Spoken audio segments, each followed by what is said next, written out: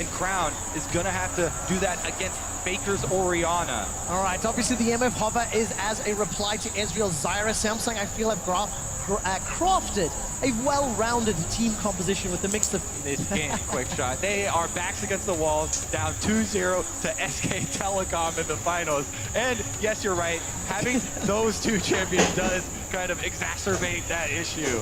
And I'm really surprised that they actually put Ruler on Ezreal instead of on Caitlyn, because I'm going to ask you for potentially one last time.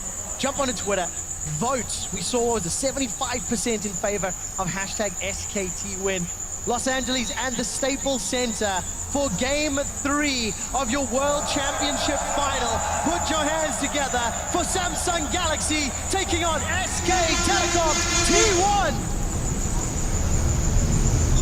And so much of this comes down to Crown and whether or not he gets the early shove on Aurelion Sol and then can go impact the other lanes. It's so important that this champion gets going early. When we talk to people like Huhi and the other people who have been successful on this champion, it's because it gives you all the options in the world, because you shove every champion early in the game, but you have to convert on those options, otherwise the pick doesn't work. No crazy first blood shenanigans today, unlike New York. And we're going to see these standard lanes match up. Now, when SKT were in losing lanes in Game 2, they did fall behind in CS. However, that was all. They didn't give up too many kills, they didn't give up too many towers. That allowed them to bounce back when Samsung made some mistakes. Yeah, Samsung have actually had quite a few good moves early on in the game. And as far as the other lanes for Crown to affect, I feel like his target has got to be bottom lane. Because, Duke has actually already shown how well he can evade pressure up on the top side. And even then, getting a kill onto the Trundle, not the hugest factor for this team. So I think it's actually very clear, even to SKT, what Samsung want to do early on in this game, and that is Crown getting trying control of mid and trying to go affect that bottom lane. I do think, as you said, it is good that Ruler's not on the gate again, because he's shown with a couple of mistakes that it doesn't look like that is really his champion he's most confident on right now. The netting backwards and similar spells. We'll see though. Crown goes in probably for a Raptor steal. Yep, very standard play here. A lot of times they're trying to take the one Raptor. They also get the deport in. Very surprised he didn't place it over the wall to try and spot the Elise at the red buff, but a safe invade, something that could have been very dangerous, but he gets off the board. Yeah, he wants to make sure that there's no crazy play where Elise is coming from behind him to gank him at the expected Raptor steal there. Does pay off, grabs them both. Well, we're watching Ruler and CoreJJ again go toe-to-toe with Bang & Wolf. Bang & Wolf, arguably the most seasoned duo lane in the world. We've been playing together for 3 years. They're going to be pushing QV out, but Bang & Wolf, they're under some pressure. Ruler and CoreJJ, that's a Ignite Zyra, trying to shove in, trying to get poked down, but they need to get through this mana pool, through the sustainables, and through that ebb and flow heal, which will be coming in from Army. Yeah, that's definitely a good point to bring up as far as the experience of the bottom lanes. We were going over the histories of these two, and Ruler and CoreJJ barely over 20 games played together before this series in a competitive setting, whereas Bang & Wolf has been playing for almost 300 games. Yeah, a gigantic difference for sure, and I think that fits into the poise of these lanes. If SKT's losing the lane, they're still able to bounce back from it, whereas the experience by Samsung is so recent that you don't necessarily know how they respond to adversity. What a difference. All of that advantage Ruler and CoreJJ built up in terms of the poke and the pressure. Ruler is now out of consumables, feeds himself an aqua prison. Taking a look at the Dragon. It is an Infernal Drake straight out the gate, so a little bit of a juicier target for either of these teams. Both junglers with early game impact could look to set themselves up. It's Ambition with a small invade. Crown, gets the stun off the Faker, but doesn't even break the shield. Command Protect, greater than Star Surge at this range. And let me just touch on Ambition here, what he's doing with this invade. He wants to make sure that he doesn't waste time on the pure, pathing top lane or the top lane gank. knows that he has time because Poppy wants to get those minions. Bottom lane actually will be more Double gangs impactful. at the same time. Good flash from 4JJ, sidestep from Ruler. Ambition's looking for Duke. Flash is still available. Sonic Wave followed. Duke holds onto the flash for now. Chomp, not gonna be enough for a stun. Duke gets away with his life. Crown, getting a little low on mana, but still pushing this wave in, shoving Faker in it again and again. Yeah, interesting ganks there. Really just trying to get the summoner spell out of Duke, and they would need to make a return gank before he can hit level 6 if they want to be able to convert that one. And the same is true for the bottom lane. Both ganks do find a flash on a priority target. Core JJ on Zyra is one as well. Mid lane though, don't chase into the fog of war around mid lane is one of the first rules. Learn as a jungler if you don't have vision on that side, especially early on. Crown just wants to be able to continue to shove in so he can get better recall time. When Crown is relatively low on resources at this stage in the lane, looks like Aurelion Sol would want to recall before making this play. Ambition's gonna be in a little bit of trouble. Flash is available to him. Faker no shockwave though. So Ambition takes the poke and backs away. We did touch on, the experience as far as pro play difference of the bottom lane, but I want to back that up with a few stats as well. Coming into this series, Ruler was averaging down 6 CS at 15 minutes across the board, even though Samsung have only lost one game. That's a lot of CS to be down early on, especially for having won so many. Whereas Bang, we've already talked about this, he's got the highest KDA of any player at Worlds, and he had the highest damage per minute of any AD carry, fulfilling his role to a T. Yeah, and you can see it in this game right here already being so massive. And I like the Nami adaptation against Zyra as the gank approaches from the mid lane. Level 6 is flashed away from Crown. If he got pulled back into that, would have gone flash and goes down. Yeah, and it's the little things that SKT do. It's not like they're pulling out this insane support pick, but they have taken the time to figure out that they can beat Zyra without having to go for the support misfortune. It takes away the fear of that pick as the series has progressed. The Jhin Nami is actually winning this lane pretty substantially down the bottom side. Got a little bit of help from Benji's release. No flash on 4JJ, gonna put some additional pressure onto that lane. Cube's been able to fall into 6, even with a gank up top and no flash on Duke, still behind in CS. Yeah, I mean, honestly, even though Samsung are, right there, neck and neck as far as gold is concerned, it doesn't feel like they have very many options on the map. Because we go down the checklist, okay, Aurelion Sol is going to want to push in. He doesn't have, early purchases of damage, and neither does an Ezreal, which is the lane we said he wanted to attack. It's a tier Ezreal versus a Nami Jhin lane that's already ahead. If Samsung is to make an early move, it's going to be difficult for them to convert on the play, and SKT can afford to play reactionary. This time around, Starswitch doesn't find Faker. Faker actually ghosts up, realizes he's down an ultimate, and there's support coming in from Ambition. Yeah, down an ultimate and down in jungle pressure, as he knows Banky is purchasing at the moment, so he rightly backs off and burns the very low cooldown summoning spell there. Now, we also have yet to see Crown make any substantial roams. He wasn't able to take his lane shove in the river, or even sync up with jungle invades as of yet. And that's what we've seen out of the successful Aurelion Sol. Potential jungle invades, yeah. Vision from Ambition onto Benji. Ambition's got support from Cubase and pings onto Crown as well, but no roam just yet from the mid lane. That being said, Crown's doing very well in CS and is kind of equalizing the goal difference of the bottom lane that's in favor of SKT. Plus, that controlled mid lane does result in a red buff steal. Not the largest of objectives, but Samsung definitely something for their trouble. These wards will see any sort of move bottom lane as well. Ruler's caught up, stunned down, curtain call. Damage will be blocked here by Core JJ as Ruler standing behind his support. Yeah, and what we see here is Samsung would want to be able to go down to that side of the map, but they can't because of the pressure. Oh, dashed away from. Ambition gets out of range of the shockwave. It would have been enough damage to kill him, but regardless, backs away. Yeah, and it's the pressure of this bottom lane that's stopping Crown from having a large impact on it because he can't necessarily roam through the river. He's going to try coming through the brush, though. All right, flashes are available for Bang. Here we go. Wolf. Number one. It comes up. Star Surge. The Star. Voice of Light. Locks down Bang. Celestial Expansion is out, but here comes Bengi. Bengi gets a cocoon. First blood onto Bang. The tidal wave is flashed away from as Core JJ runs for his life. Exactly as we set it up. This is a tier Ezreal, very low damage. Aurelion Sol, no damage purchases. And then bottom lane of SKT is a Jhin with early armor penetration. They can afford to play reactionary there. Overextension from Samsung does give up the first blood. Yeah, Cuvée hits Duke out of the duel, but that gank was awful from Crown. You could say that they said, hey, we really need help bottom lane. We can't let Bang get going. But for all the things Kobe mentioned, Tier versus the serrated Dirk onto Bang, they're going to lose this duel. Look how late Bengi actually is to this play after all of the damage had been burned. Even if it was 2v3, they might have still had to run away. But Bengi comes in, secures the first blood for Bang, and easily build on the strength of that duel. If you want that play to work, you need to bring all of your damage. Exactly. You have to bring your teleport, you have to bring your jungler. They didn't even have, Ambition down there passing.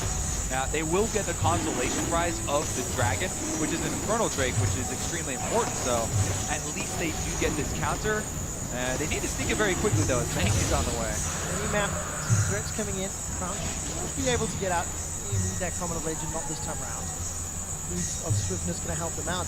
So first blood onto Bang, plus 25 CS, let's call it.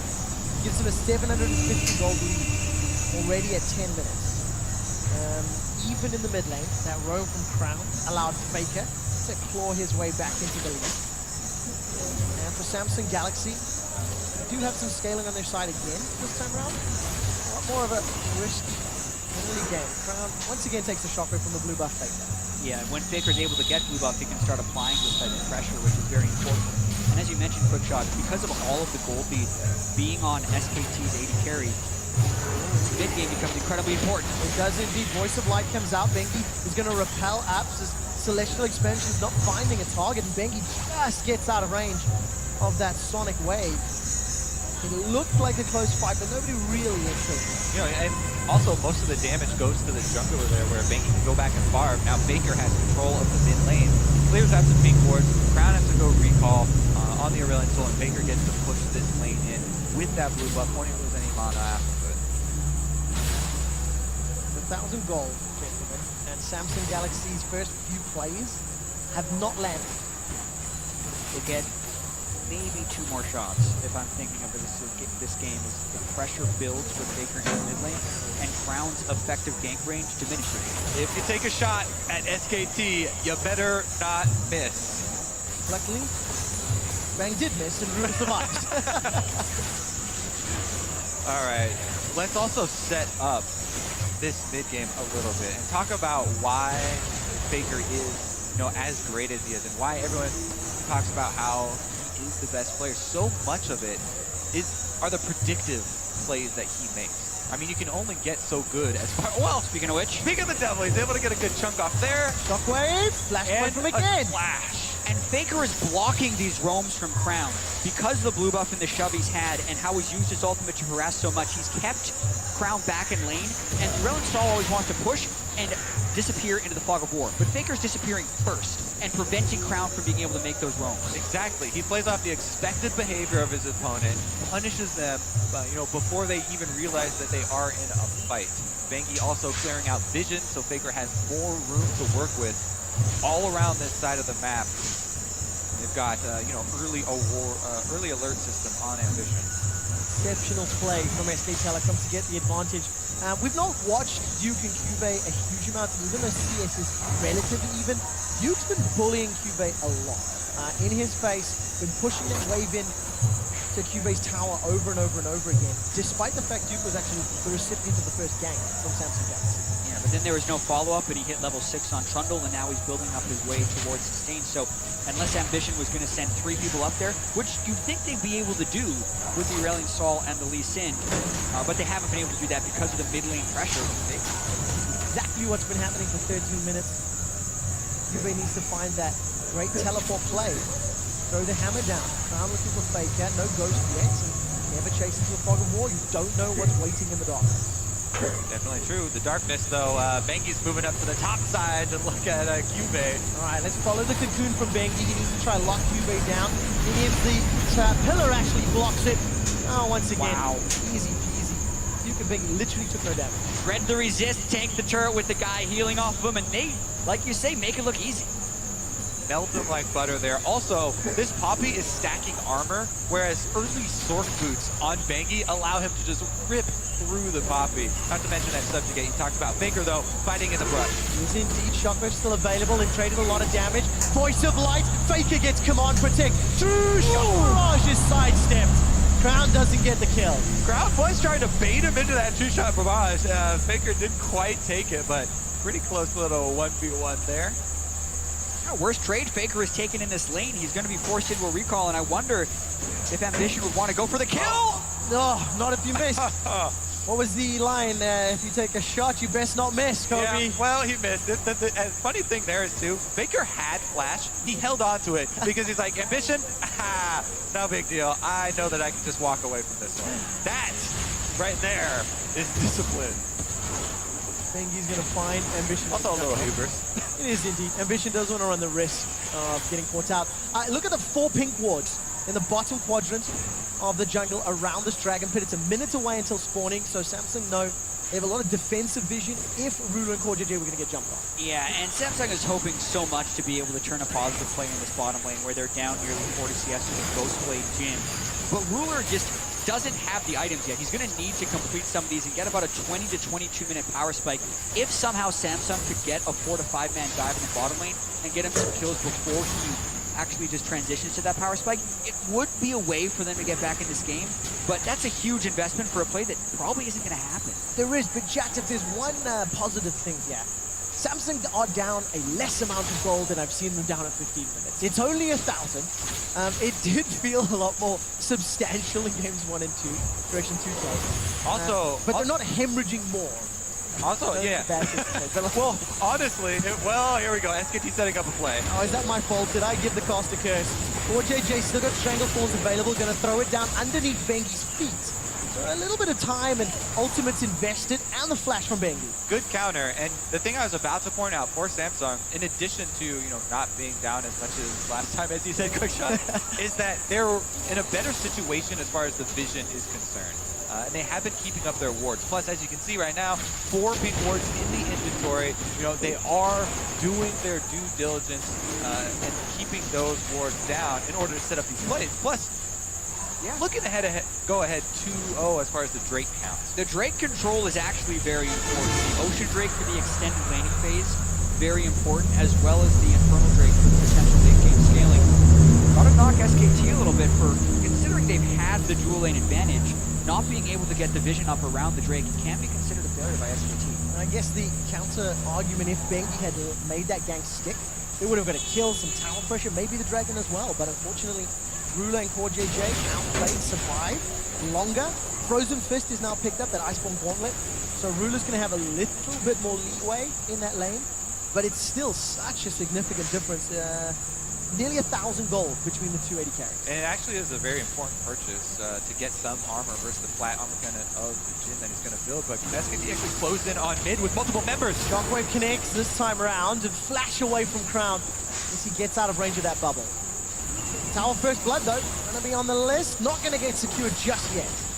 CoreJJ arrives just in time and the wave is cleared by the stars of Crown. That play was super similar to something the analyst desk did in the pregame, where they set up the support in the jungler from both sides of the mid lane as Faker goes for a play and set up relentless pressure on the mid lane turret. This is a play that SKT runs fairly often, and it's quite successful. They're pushing Crown back to nearly to the turret. And it is also born of that style where Faker constant pressure in the mid lane, slowly whittling down this turret.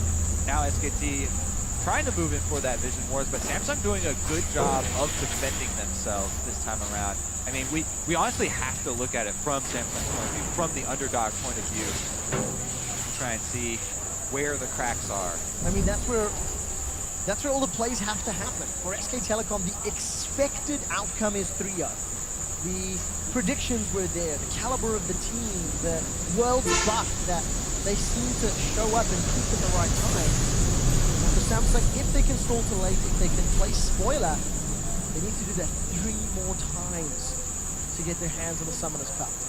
Also got to get their first kill of this game because SKT, you got to start small in this one. You're thinking about World Championship. Let's get a kill or a turret, and also defend this mid lane turret where Faker is relentlessly pushing. Look at the wards up on the sides as well as the pinpoint clear. How's Crown going to actually defend this? Solo gold going over to Faker. That's huge. Big time. Town First Blood against Aurelion Sol. That's not something you say a huge amount, especially when they're not roaming. Time around, Crown's gonna get surrounded. 3 members, Shockwave. No summoners. Decent stun onto Faker, but Cocoon locks him up. Teleport's being channeled. Duke may get interrupted. It looks like he was. Flash over the wall from Ambition, and Bengi follows over. Curtain Call fired, and Core JJ blocks 1 shot. The 3rd and 4th, they don't have the range. Just a kill to SKT. They took a tower a moment earlier. Yeah, and credit again to SKT to just shoving in the mid lane over and over again and making Crown have so few options. Bottom lane. Oh, Ruler, this has happened again and again and again. There's no flash available. Well, they manages to arcane shift away, but it's Faker that kills a Ruler for the 4th kill of the game. And Quickshot, how often are we saying there's no flash available? Because SKT is using the flashes with the first play and punishing the lack of flashes with the second play. They are so far ahead in tempo in order to pull off these plays. Meanwhile, the follow-up here from Bengi over the walls, and Ambition is going to be able to safeguard out of the range, but it doesn't matter. SKT take their toll, Faker gets his tax, another outer turret. Yeah, now it's 4,500 gold, and you have to start thinking of SKT. Could this be another 3-0 finals victory like they had in 2013? And it's incredible when you think of it from a large scale. When we first started League of Legends, we were wondering with how much they changed the game and how quickly some players are burning out, would we ever have a repeat champion, let alone a team that could win 3 and 4 years and a player who could be considered the best player in the world for 4 years? They're already the only ones to do it twice, making a very good case, moments away even from doing it thrice. Feels like the inevitability. The expectation wasn't there coming into Worlds, but after seeing SKT in the group stages, that feeling that it was going to be 3 times, the hat-trick started to build and grow. And it's by punishing mistakes, by punishing tendencies of their opponent's team. Ruler has been left alone multiple times. Look how well executed this dive is. Cube gets a decent stun, but some damage onto Bengi and Duke, and you know, it is methodical and calculated. Yeah, and the play that Samsung would have to bounce back, SKT is already blocked. They don't have anyone in the dual lane with which to dive someone on the other side of the map, and they already have Jhin in the mid lane to try and block a push over there. So really, SKT just playing incredibly sharp as the series progresses. Meanwhile, they're even playing defensively on their weak side of the map. We talk about ebb and flow, and this has been kind of our conversation over this series. Faker, you can see, yes, he is bottom. He is part of the gold income for SKT, receiving them anyway, but doesn't try and defend that turret that's about to go down. They cede the only dangerous spot on the map in exchange for the huge play top where they get even more. Wow, 6,000 gold down, 5 kills to 0. Samsung do have a couple dragons under their belt with Cloud spawning in 20 seconds, but it doesn't matter if you can't find an opportunity to fight. Faker picked up a Luden's Echo after his Morel and Omicron. Ruler's going to Arcane Shift, then insta-flash away. Once again, Summoner's fell down. Ambition follows the Sonic Wave. There's not a lot of follow-up as the GLP spits out some ice balls. Ruler's going to Arcane Shift forward. Voice of Light won't kill Bengi. Bengi actually proto-belts to safety after being tagged by two-shot barrage, but Samsung throw everything and the kitchen sink and don't even get a kill. I think that may get a 3rd Drake for it though, and that is the one thing really going in their favor. The problem is, even with all the Drake control, SKT are going to go back and purchase, and the combat strength for them right now is more than enough to still take the lead by victory. Yeah, and as far as teams that would benefit from Infernal Drake, this is one of the lower compositions for Samsung. Aurelion Sol doesn't really build that much AP to multiply. Blue build Ezreal also doesn't have that much attack damage early. There's a lot better champions they could have to try and take advantage of that Infernal Drake. So, yes, it's cool that they have the 3 Drakes, but that is nowhere close to the 5,000 gold lead. Bengi proto belts forward. Not going to go into human form to look for the cocoon though.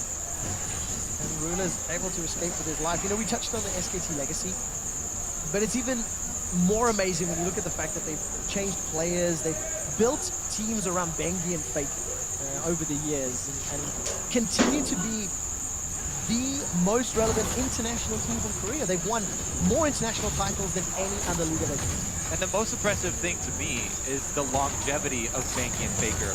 Both of those players have sat on the bench. Those are going to be the only two players, you know, with the triple crown. Okay, Ray, run the other way, buddy. Yeah, only see Deadly Flourish could lock him down, and it does. A couple extra shots, and Duke sets it up. Bang brings it home. Triple cup. And the Infinity Edge also being built early instead of the Duskblade, making sure he's got some late game insurance on that Jhin. And I agree with you guys, the duration of dominance for these players. Bengi also just sticking with SKT and Coma as well, knowing when to sub the players in to really utilize the six-man roster in their last two big World Championship victories has been very impressive. Now they go for Ruler. Bubble, tidal wave, curtain call. Maybe that is the curtain call. SK Telecom sieging the mid inner turret at 25 minutes with an 8,000 gold lead. It is both beautiful in its irony and simplicity that curtain call secures more towers for SKT. It's almost hard to watch to the complete destruction that SKT brings to their opponents. Just taking them out in all aspects of the game. Yeah, and they have the right answer to so many things. They know where you're going to be going. They're there before you. They know what you're going to be picking, so they prep a counter for it. Duke's Trundle, the best Trundle we've seen for sure. And Bang already preemptively retreating Crown coming down the mid lane. And guess what? Now they have an answer. Where's Crown going to go? Duke's going to throw up the pillar. They'll get stunned up, and GLP's already been used by Crown. Decent pin. Stun onto Duke. This might be the first kill. Dragon's Rage kick. Voice of Light is sidestepped, and Wolf is being tagged by those stars. Cubase stuns Wolf against the wall. Still not down. Shockwave captures two. And finally, Samsung Galaxy are on the board. It's 1 kill to 7. But now they're routed, running for their lives. Fake is on a killing spree at 3-0-1, and they trade it back. We said a couple minutes ago Samsung had to get that first kill, but the gold lead was about 2,000 for SKT then. Step 1. Ah, crap. Forgot about step 2. Now they're down 9,000 gold to this team. Watch this one more time. Duke doesn't actually ult anywhere in here. Yeah, the reason they, get this kill is because, Faker's so far away, and Faker is such a big part of that team fight.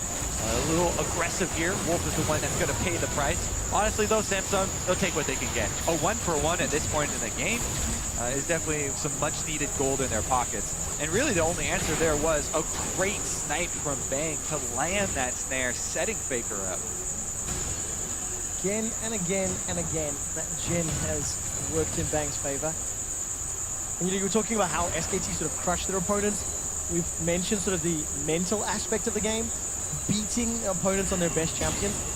Victor was available this game, was there, and because of the game 1 result, Crown did not go back to the champion he's played more than 50% of his professional career games on. That's a ridiculous amount. Samsung felt like they had to do something different, and with the posture of Faker to pick Orianna so early, it just showed how fearless he was against the potential of another Victor. And I feel like Samsung respected that and tried to do something different, but Faker has been the victim of a few bad games against Aurelion Sol, and it definitely feels like he's improved the way he's playing, always being in the right place at the right time whenever Crown tries to make a roam at him. This is what Faker plays like when he's angry.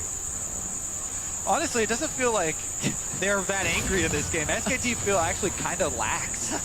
And similar to Samsung, in the early game, in the first game, they showed so much fight, so much willingness to make those proactive plays, reach out to try and take some chances. But SKT have kind of removed that from their playstyle. I agree, and we talk about the history of Bengi and Faker going for 3 World Championships. Bang and Wolf are going for their second, and they're going to be some of the only players to ever do that. We talk about how long they've been a duo lane together, playing nearly 300 pro games. Oh, Ruler's done for. Curtain call not even needed. Wolf and Bang speeding each other up, healing each other. They're going for more. They are indeed. Flash away from 4JJ. To save his life. And when you go back to the regular season as well, Bang almost always topping the damage per minute charts. For as much as Faker has been dominant, Bang has become probably the best AD carry, at least at Worlds here, and the damage numbers back it up, and with World Championships are going to back it up as well. Bang also making a legacy for himself alongside Faker. Cube's being run down by Bang. Flash away from Cube. Gets the shutdown. Knock up onto Duke. That was a good play by Cube to find the stun. And again, small wins, small advantages at 30 minutes, down 10K. Don't worry, Jack. It's still relevant, even though he just died right there. You can write it on the tombstone for going. Bang still cementing a legacy for himself, even if he gets caught out in the third game. Cocoon's caught Crown, as is the Apple Prison. Decent enough flash away. Voice of Light saves Crown's life, but he throws every single spell available to jump out. And it's just desperation plays here for Samsung. Infernal Drake is up, so this will most likely go to Samsung. So that's 4 dragons in 30 minutes, and the next will be Elder. Yeah. We are downplaying this because of the huge gold advantage. But once again, Samsung are faced with the farm for late mentality, which is actually probably the only page left in their playbook at this point. That was a huge pick for them, though, to earn another Drake, but it looks like SKT wants to make them pay even more for it. Well, this would be a time to try and get back. They scout it with the True Shot Barrage. You'd want SKT to make Juve has teleport. Samsung can try and make a play back on the damage. Rulers jump forward, already used the True Shot Barrage. Wolf is killed by Ambition. It looks like Samsung are coming back. They've killed Faker, found Bengi, and moving on to Duke. Crown, he's tagging him with the stars. They're peeling backwards. Baron's the target. They can get it. They already have 4 Drakes. None of them are mounts, but they've killed 3. Bang would have his ultimate, and Duke doesn't. So this is gonna slingshot him back. Yeah, SKT's so risky. They slip up here. Do you believe, Staples? Samsung Galaxy pick up the Baron. And it came out of nowhere. And suddenly, the Drakes we've been downplaying will play a huge part in this game because there are 5 extra outer turrets for Samsung to clean up with this Baron. There's a huge amount of gold standing on the map. This was simply SKT starting up a 4-man Baron. No respect for Samsung's ability to collapse there, and they punished them heavily for it. And so much of SKT's confidence has worked for them. This time it absolutely works against them because the True Shot Barrage scouted them while Bang wasn't in the Baron pit, and they stayed on the Baron. It was easily punished there by Samsung. Let's keep track of this Baron power play because it should be one of the larger of the tournament. It needs to be if they want to come back into game. At what point am I allowed to start believing? Because yes, that is a Baron play. Never stop believing, Quick There is Shot. 6,000 gold down. Never stop. But Samsung have started to play scrappy. 4 members of SKT moving into the jungle. Bengi is rooted up by the grasping roots, and Bengi and Duke going away. Bengi takes a lot of damage. Proto belts out, and the minion wave is pushing top. Yeah, Samsung has a good shove going on right here, and Crown never left this wave. It is actually very hard for a team down in gold with Baron to get a big Baron power play, but so far with that rotation, it's very impressive. 2 towers. Gonna steal away a red buff, get deep vision in the top quadrant of the jungle.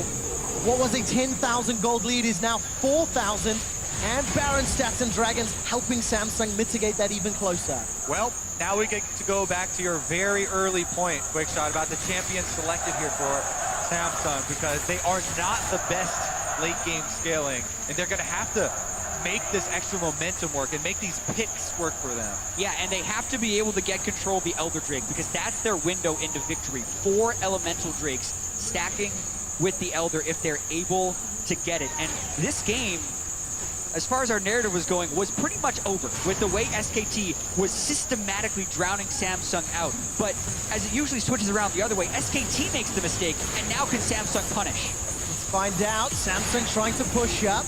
Command attack thrown down by Faker. Cuba.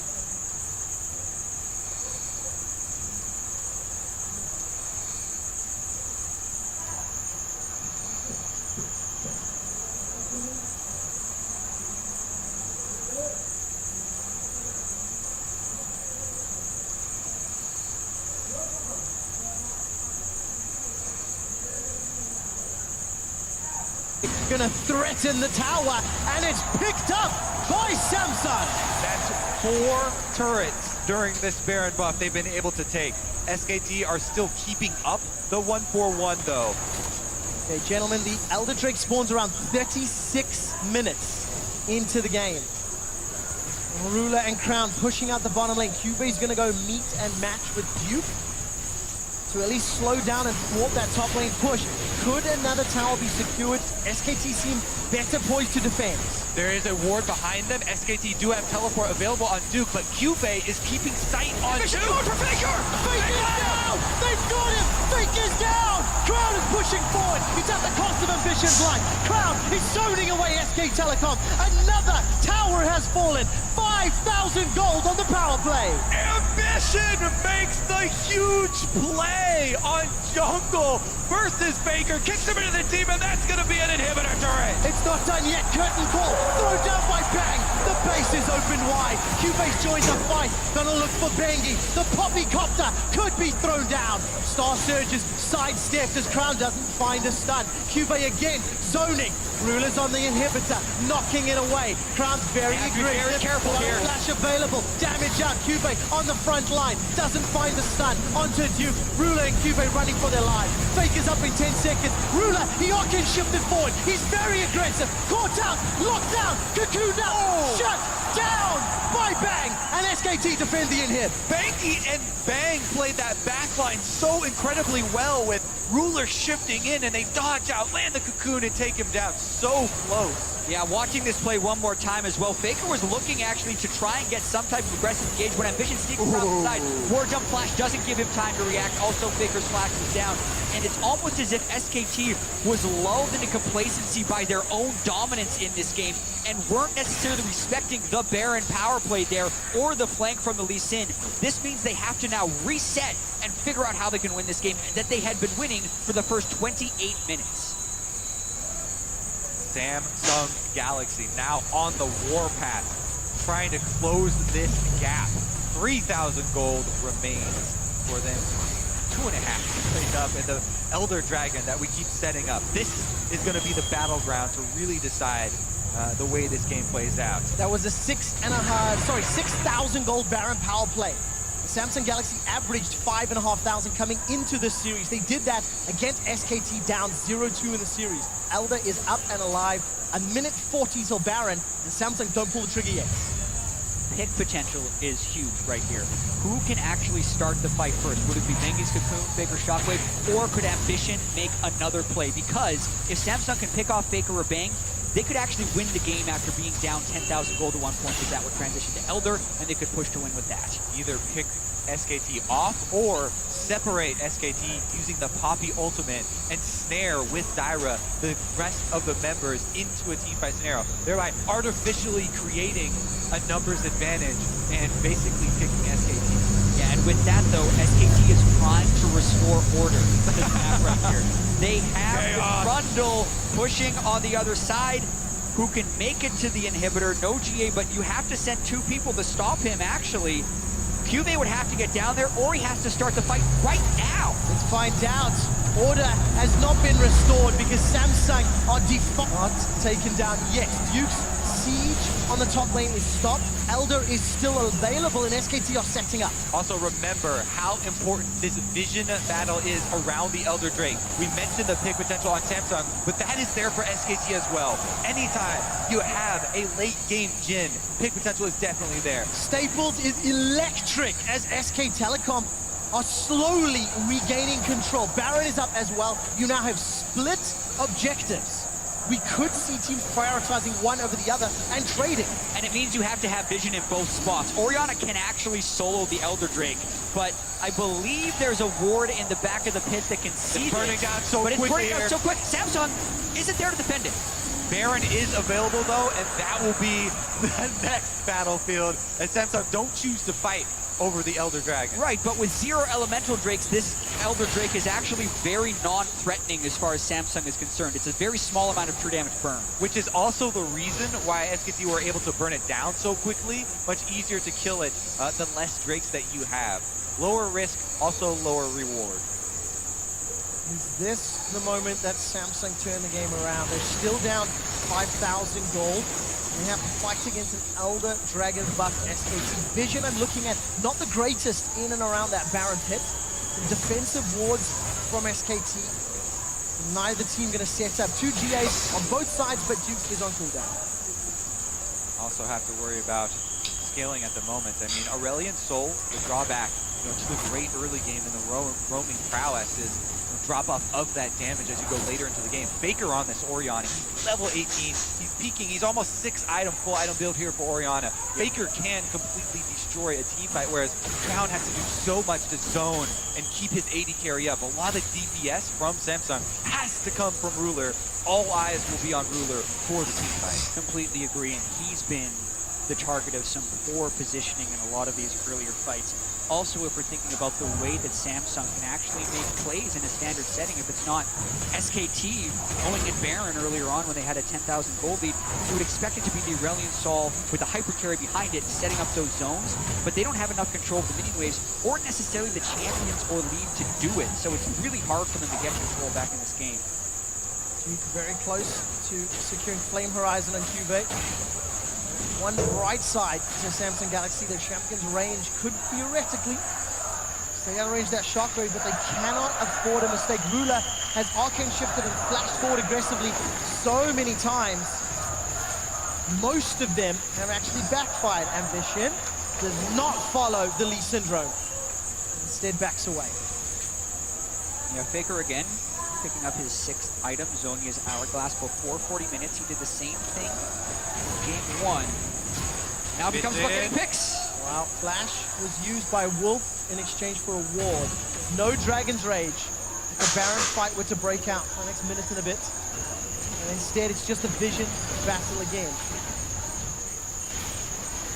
Kobe, both of these teams are now trying to play around the Baron. You can see how pivotal it is to initiate plays for both teams. And because of all the extra damage here on SKT, they've been able to gain control of this Baron pit, and establishing Vision is that all-important first step because of the importance of the pick. If Samsung get a pick, they don't have nearly as much damage to threaten. And Ruler, the prime target! Caught out by at least one shot from the pinnacle as Decken swims past Ambition. Think he's in a little bit of trouble, but he's going to be able to repel up by a lot of time. That is so much poke, though, and Samsung doesn't have the sustain nor the vision of the Baron pit to deal with that in the right fashion. Ruler has to stick around now at half health. Shots onto Ambition. He's still got that G8. SKT have started Baron. Watch for Vayne to hold on to that crit shot as long as he can. Uses it on the Baron. He's got to reload now. Cube's now pushing forward. Stuns up Bang. Already trying to back away. Cube's in trouble. Cube's verdict has sent SKT away. Wolf gets hit by the Baron. It's helping Samsung. Wolf goes down. Core JJ gets his first kill of the game. Bengi and Duke, they want to reply. Not only do Samsung stop Baron, they get a kill as well. Samsung still have life in them, still fighting here. They're able to take down Wolf with the help of Baron.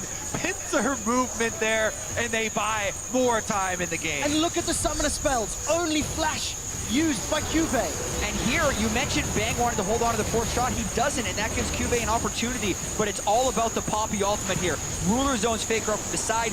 Wolf is again trapped between Baron and the enemy team, and Bang just barely flashes that last heroic charge. Otherwise, it could have been 2 kills for Samsung. Cube did an immense amount of work in that deep fight. Samsung going for Baron. They're the ones tanking it. All of SKT is here. Curtain calls, firing, lands onto Cube. Star Surge not going to stun anybody. Crown's taking damage, throws down the GLP. Baron's helping out. Only Cube is caught. Faker's tag. Bangs on the back line. Faker uses the hourglass. He's bought so much time. GA's popping. Faker is killed. Duke gets his GA popped as well. He's going to spawn, but here comes Bang. Bang's running low on ammo. Whisper wants blood, but he's running away. Deadly Flourish finds nobody, and this time round, SKT stop Baron at the cost of Faker's life. And it's just the one death and not the Baron, as you say. Wolf was returning from base, so Samsung do a very bold Baron start with the complete intent of peeling off to kill Faker, but SKT manages their